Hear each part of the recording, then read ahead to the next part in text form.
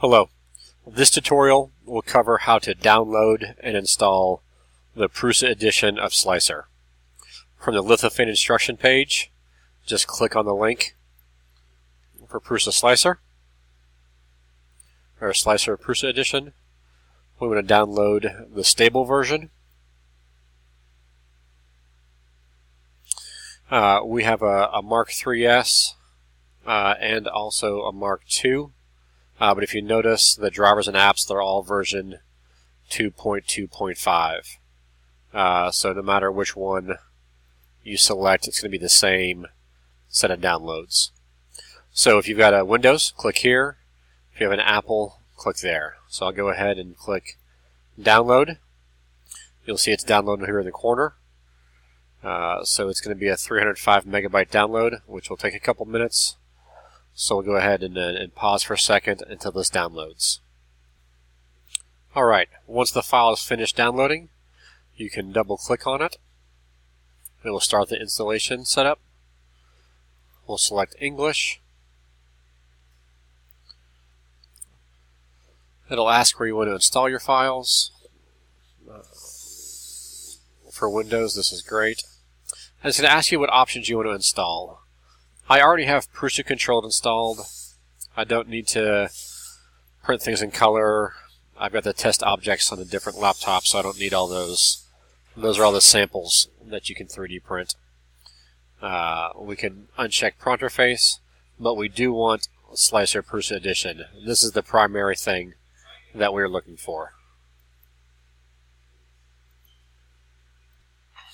I'm going to go ahead and leave the box checked for create a desktop shortcut. We'll select next again and select install.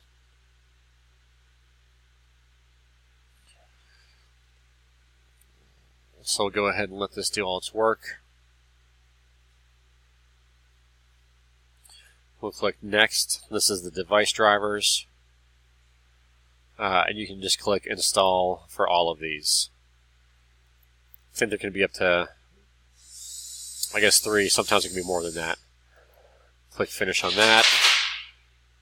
And then this is the setup for Slic3r. So we'll click next and then finish. So these are all the tutorials, but I'm really looking at setting up Slic3r. So we'll double click on that to launch it. This is the configuration wizard. This will let us know what. Certainly don't want to do that now. We have to tell it which printers we have. So we'll select next. So we have a Prusa i3 0.4. We can uncheck this one for the Mark 3S. So Mark 3 at 0.4. And then a Mark IIs at 0.4. So those are the only two boxes that should be checked. The box under i3 Mark III 0.4, not the Mark 3S. And then all the way down here to the Mark II, the Mark IIs. And go ahead and select next,